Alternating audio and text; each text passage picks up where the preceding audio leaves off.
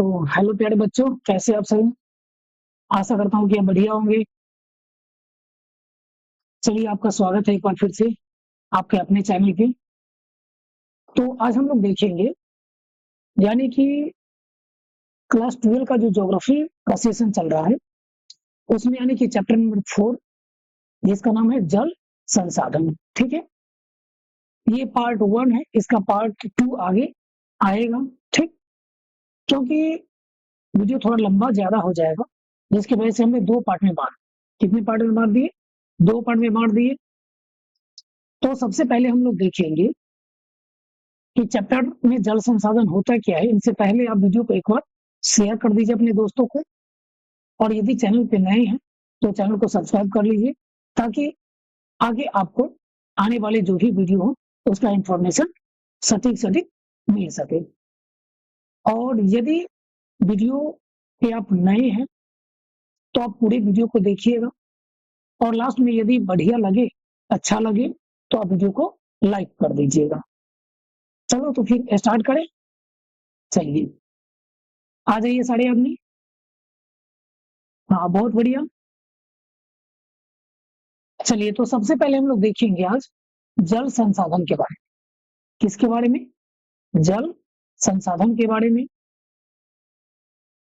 तो आपको बता दें कि जल जो होता है ना, हमारे लिए बहुत ज्यादा महत्वपूर्ण होता है। उसका यूज कहाँ कहाँ होता है, क्या क्या इस चैप्टर में हम लोग पढ़ेंगे, उसको पहले हम लोग जान लेते हैं। ये चैप्टर यानी कि 4 है आपका। कितना है? 4 है। इनसे पहले आपको 3 चैप्टर तक हम कंप्लीट करा चुके हैं। यदि आप वो वीडियो सब नहीं देखे तो जा करके आप उस वीडियो को देखिए। 12 का जो भी सब्जेक्ट है उन सब का यानी कि प्लेलिस्ट बना हुआ है, उन पर जाकर के आप देख सकते हैं। तो इस चैप्टर में जो हम लोग पढ़ेंगे, सबसे पहले जल संसाधन की जानकारी लेंगे। उसके बाद पढ़ेंगे कि भौम जल क्या होता है। उसके बाद हम लोग पढ़ेंगे कि जल की मांग कहाँ कहाँ होती है और उसका उपयोग कहाँ कहाँ किया जाता है। बांध के बारे में पढ़ेंगे कि आखिर में बांध क्या होता है, बांध कैसे बनाया जाता है, क्यों बनाया जाता है, उसका मूल उद्देश्य क्या होता है। सिंचाई के बारे में पढ़ेंगे, जल प्रदूषण के बारे में और उसका निवारण के बारे में पढ़ेंगे, जल अधिनियम के बारे में हम लोग पढ़ेंगे। नया टॉपिक नीरू नीरू प्रोजेक्ट क्या है उसके बारे में पढ़ेंगे, और रालेगन सिद्धि के बारे में हम लोग पढ़ेंगे। फिर जल क्रांति अभियान के बारे में पढ़ेंगे, और राष्ट्रीय जल नीति के बारे में हम लोग इस चैप्टर में पढ़ेंगे।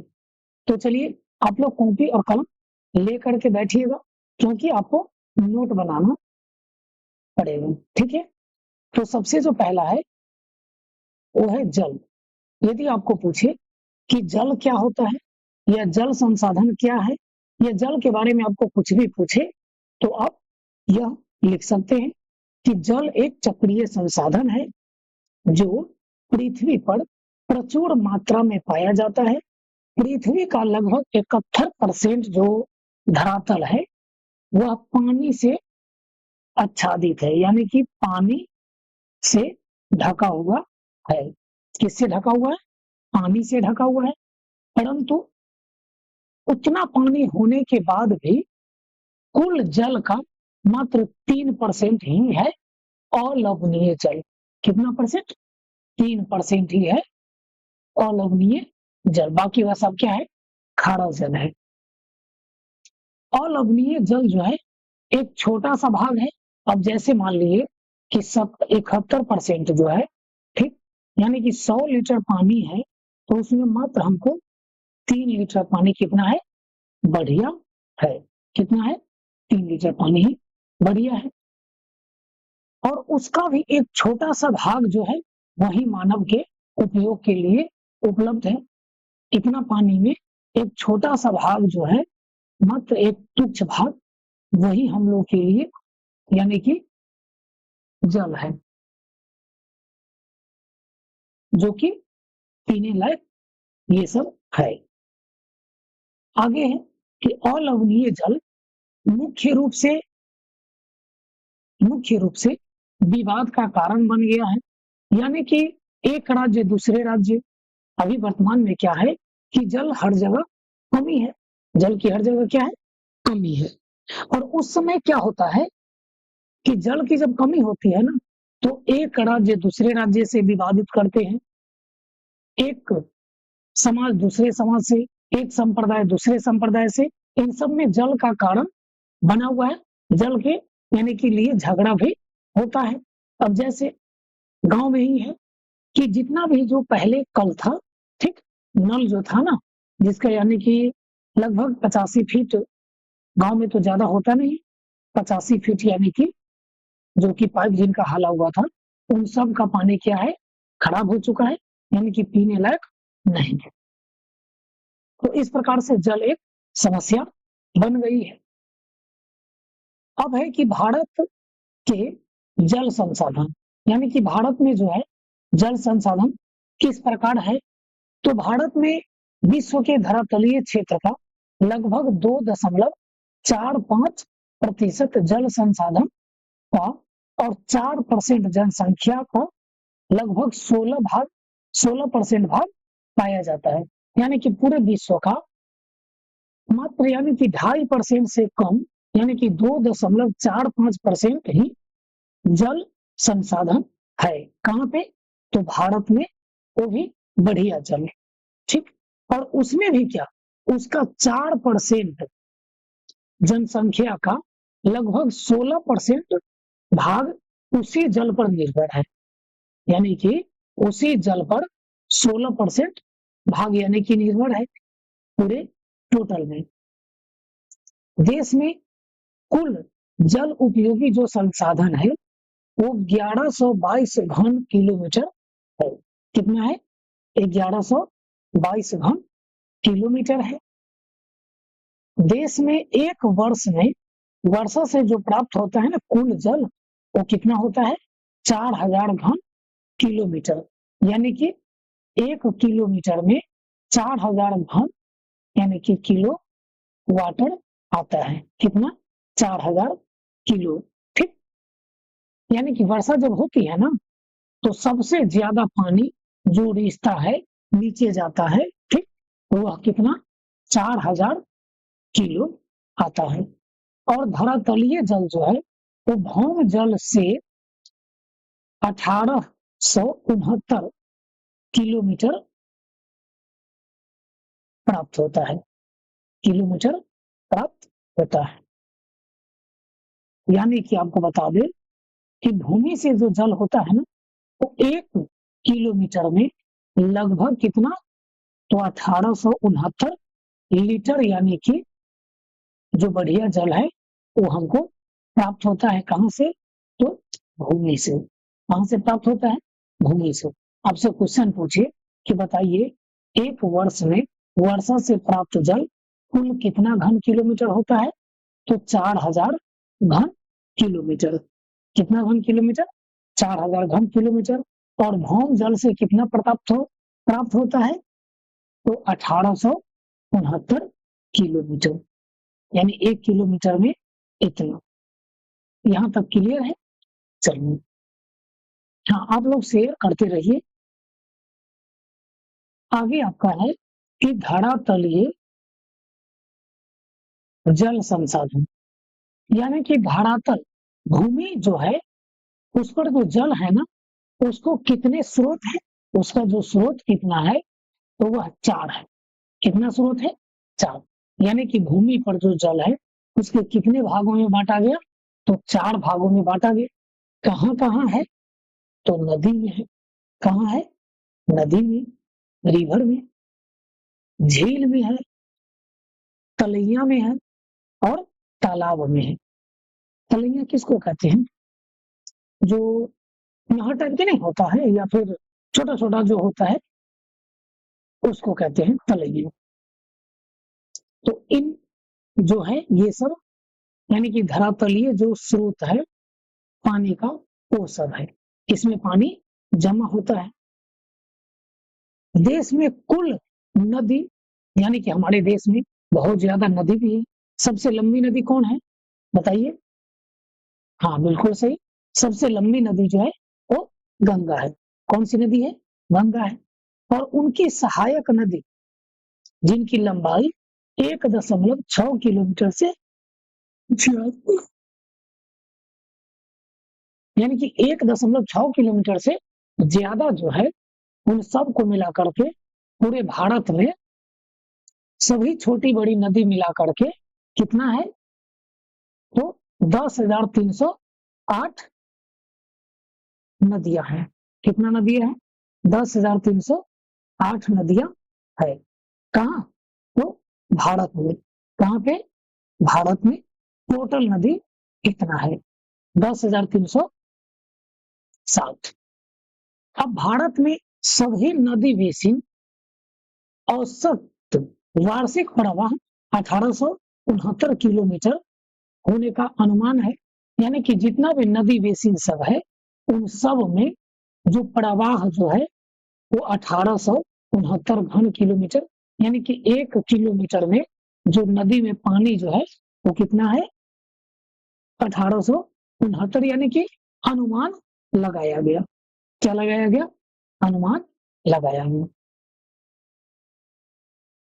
आगे कि गंगा ब्रह्मपुत्र बराक नदी जो है उसमें धरातलीय भाग का 60% जल पाया जाता है, यानी कि इस नदी में ज्यादा जल पाया जाता है। कौन कौन सी नदी में? तो गंगा, ब्रह्मपुत्र, बराक, यमुना हो गया, सतलज हो गया। तो इन सब जो नदियां, बड़ी बड़ी जो नदियां हैं उनमें धरातलीय भाग का कितना परसेंट पाया जाता है? तो 60% जल पाया जाता है। कितना परसेंट जल पाया जाता है? 60% जल पाया जाता है। अच्छा, बताइए आप लोग कि नदी बेसिन क्या होता है? नदी बेसिन क्या होता है? जैसे होता है ना, महानदी बेसिन, सतलज नदी बेसिन, तापी नदी बेसिन। तो बताइए क्या होता है? हाँ, अच्छा चलिए आगे हम लोगों को पढ़ना पड़ेगा। देखिए, जैसे कि ये बुक जो है ना उसमें आपको मैप के साथ दिया गया है, ये आप देख रहे हैं। ठीक, तो इसी में आपको नदी बेसिन पढ़ना है। अब इसी में जैसे कि आपको पढ़ना पड़ेगा कि कौन सी नदी जो है वो मतलब कि उल्टी दिशा में बहती है, कौन सी नदी को यानी कि आपको दिशा बदलने वाली या फिर विश्वासघाती नदी कहा जाता है। तो कोसी नदी इसका बिल्कुल सही आंसर हो जाएगा। कोसी नदी जो है उसको विश्वासघाती नदी कहा जाता है। क्या कहा जाता है? विश्वासघाती, जिसे हम लोग क्या कहते हैं? बिहार का शोक भी कहा जाता है। बिहार का शोक किस नदी को कहा जाता है? कोसी नदी को। किस नदी को? कोसी नदी को। हाँ, कौन बेसिन कहाँ पे है वो आपको एटलस में हम बताएंगे। ठीक, या फिर मैप में आपको बताएंगे। ठीक, कौन से बेसिन कहाँ पे है, चलिए तो देख लेते हैं कौन सा बेसिन है। अब इसी मैप को थोड़ा सा ले लेते हैं, इसमें तो बांध के बारे में हम बता रहे थे, पर चलिए आप बता दिए हैं तो एक सेकेंड इसको दूसरे कहाँ चला गया, सॉरी।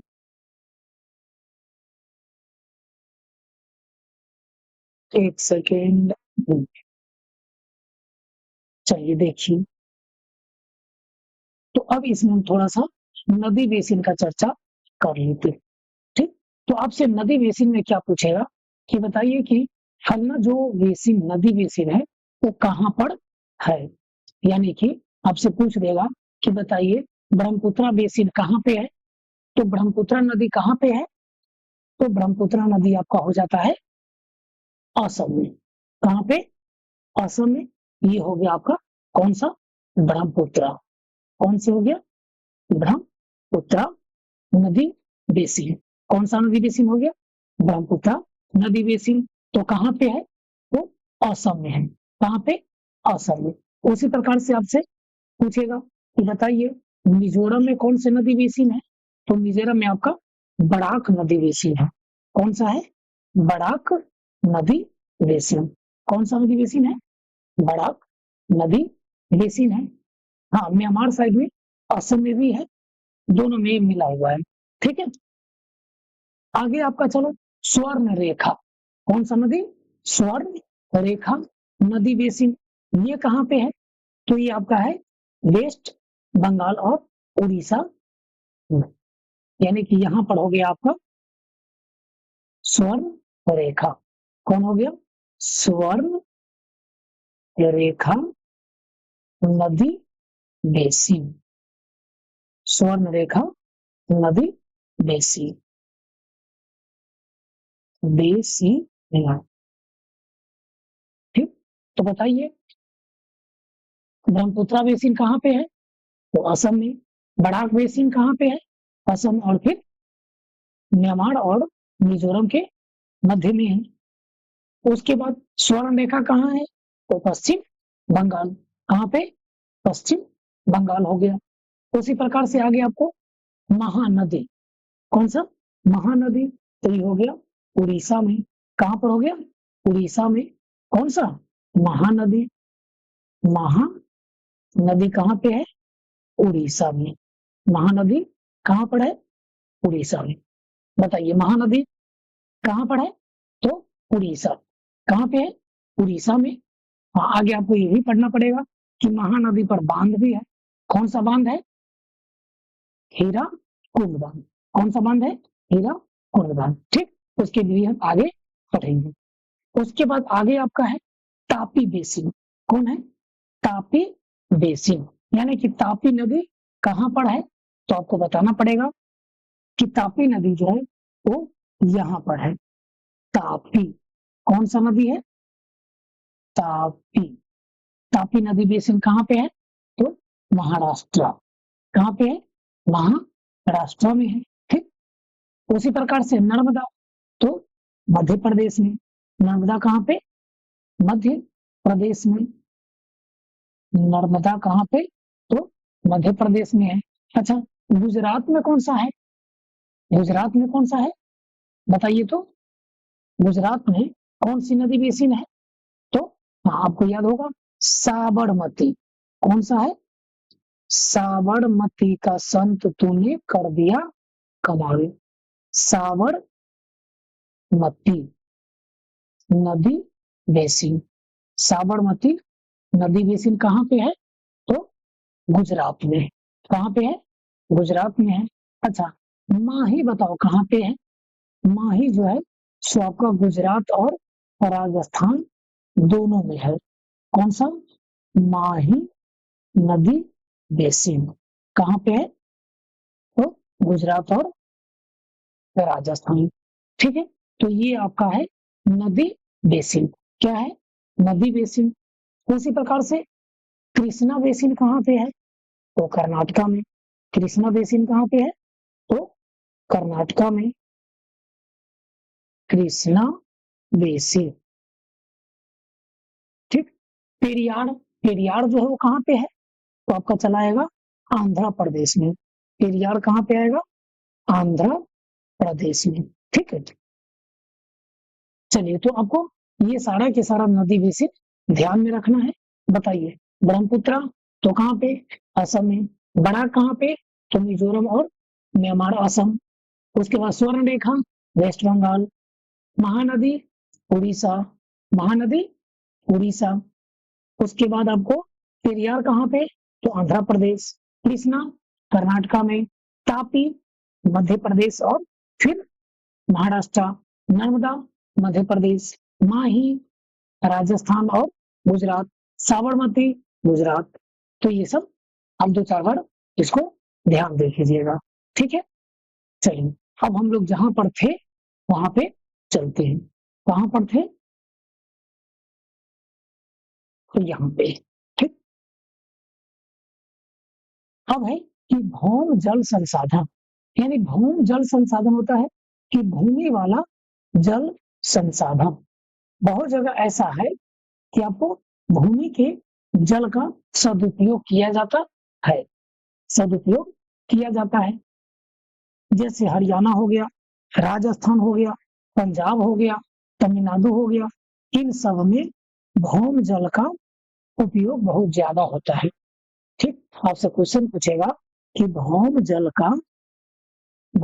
का सबसे ज्यादा उपयोग इनमें से किन राज्य में होता है? तो राजस्थान, हरियाणा और पंजाब तमिलनाडु इन सब में भौम जल का उपयोग ज्यादा होता है।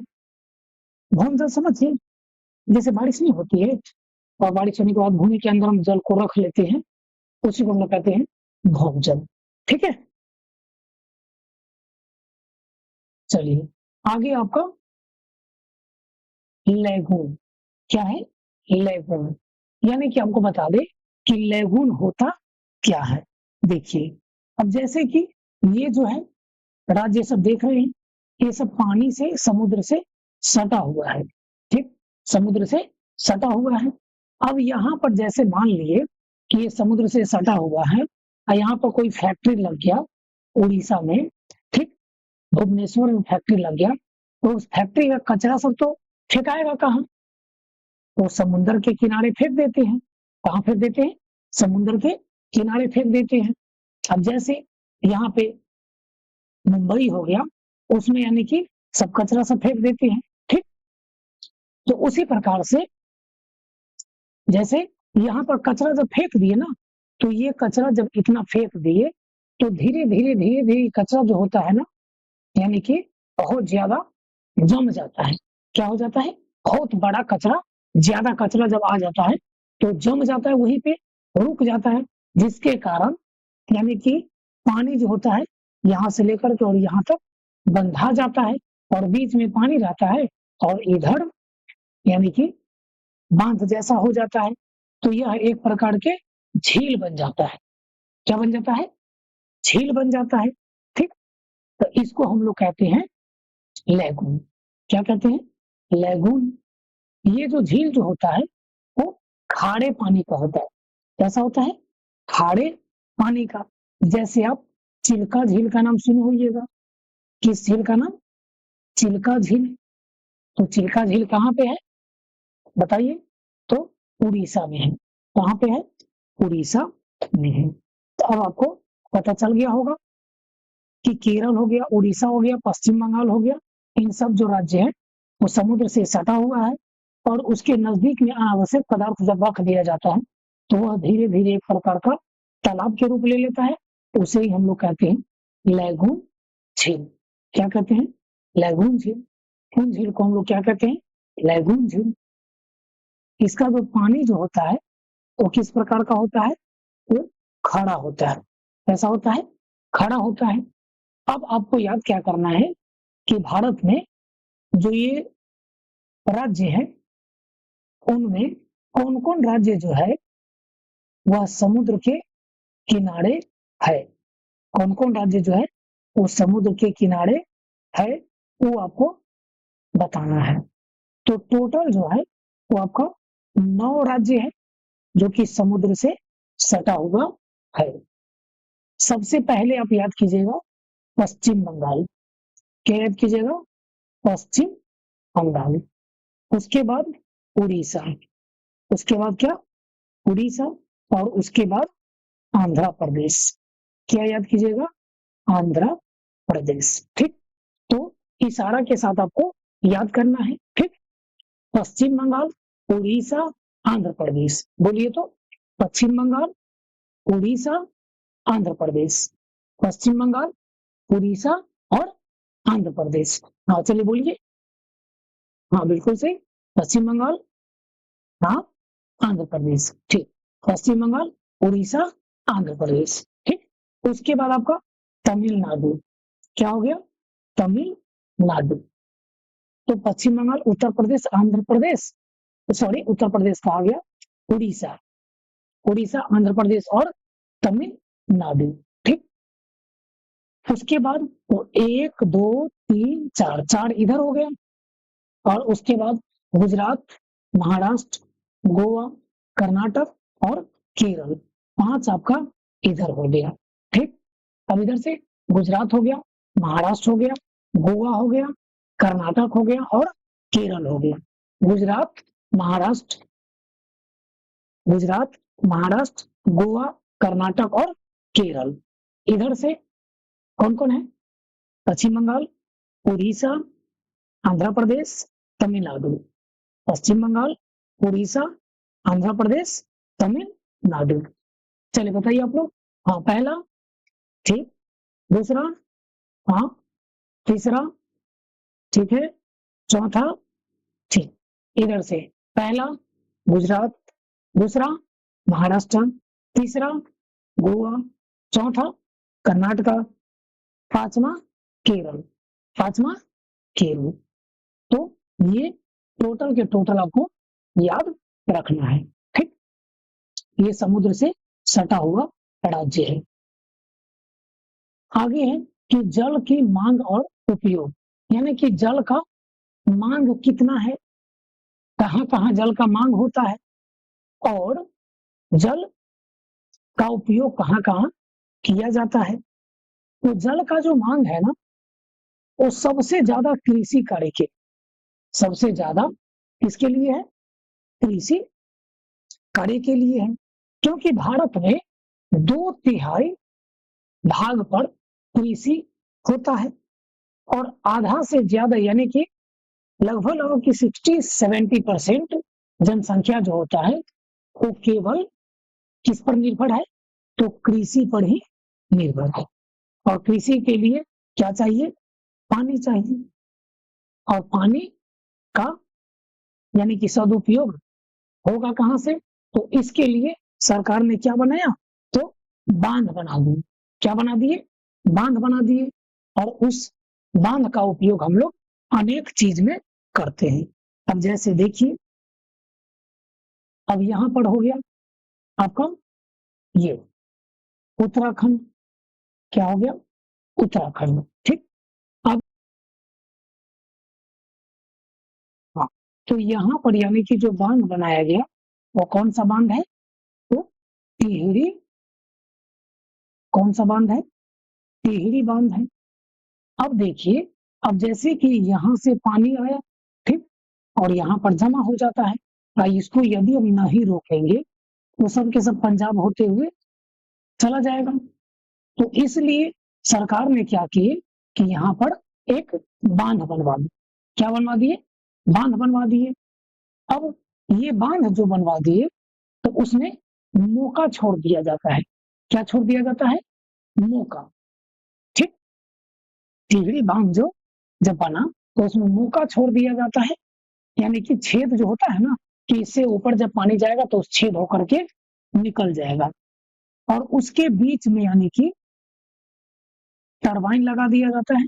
अब जैसे कि पानी यहाँ से बंद पानी यदि एक बार छोड़ा जाए तो बहुत तेजी से निकलेगा, तीव्र गति से। और यहाँ पर दोनों ओर चुंबक रख देंगे और उसके बाद बीच में हम टरबाइन रख देंगे। और ये जब चलेगा तो टरबाइन घूमने के साथ साथ ये बिजली उत्पन्न करेगा।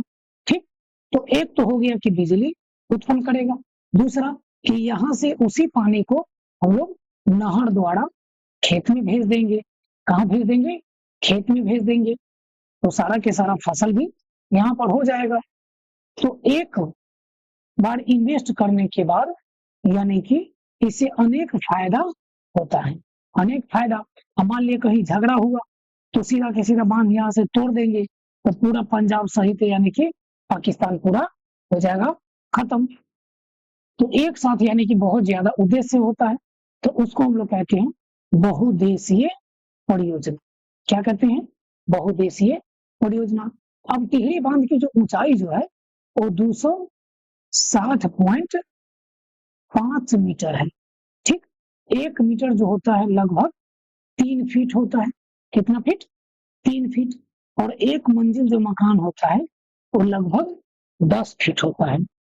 अब जोड़ लीजिए कि इसको 3 से गुना करेंगे तो लगभग 700 कुछ आएगा, यानी कि 70 मंजिल मकान जितना ऊंचा होता है ना, उतना ऊंचा है कौन सी, तो ये टिहरी बांध।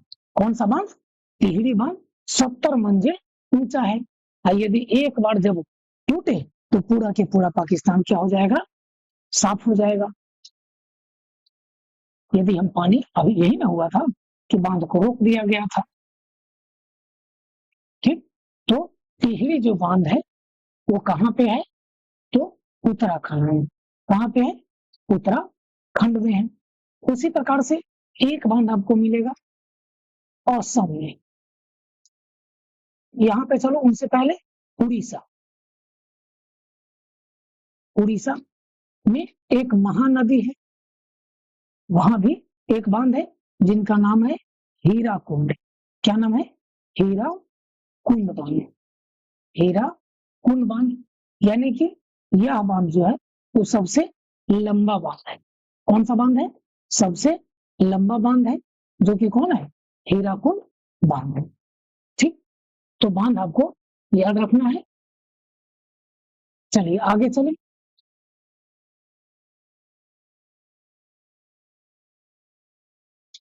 तो टिहरी जो बांध है वो भागीरथी पर है और उत्तराखंड में है। कितना? कहाँ पे? उत्तराखंड पे। यह भारत का सबसे ऊंचा बांध है। और हीराकुंड बांध जो है वो महानदी पर उड़ीसा में है। यह भारत का सबसे लंबा बांध है। इसकी लंबाई जो है 25.8 किलोमीटर। नागा अर्जुन सागर परियोजना जो है वो कृष्णा नदी पर है, तेलंगाना में। कहाँ पे है? तेलंगाना में। महाराष्ट्र और राजस्थान में अत्यधिक जल निकलने के कारण फ्लोराइड और बिहार तथा पश्चिम बंगाल में आर्सेनिक का संकेंद्रण बढ़ा है। ये क्वेश्चन आपका इंपॉर्टेंट है। ठीक, चलिए समझ में आ रहा है ना? ठीक, बहुत बढ़िया। आगे आपका है कि जल संरक्षण क्या चीज है? जल संरक्षण। तो जल संरक्षण जो है क्या होता है कि जल को उचित प्रयोग करना, ध्यान में रखते हुए कितना जल खत्म करना है, कितना जल से काम करना है, तो ये सबको ध्यान में रखते हुए जल को थोड़ा बचाने की कोशिश करना, यही क्या कहलाता है? जल संरक्षण कहलाता है। अब जल संरक्षण करने का बहुत तरीका है। जैसे सांभर का विकास होना चाहिए, वर्षा जल संग्रहण कर लेना चाहिए। अब जैसे मान लिए कि ये घर है, क्या है? ये घर है। ठीक, और ये घर पर आपका एल्वेस्टर लगा हुआ है। क्या लगा हुआ है? एल्वेस्टर लगा हुआ है। ठीक,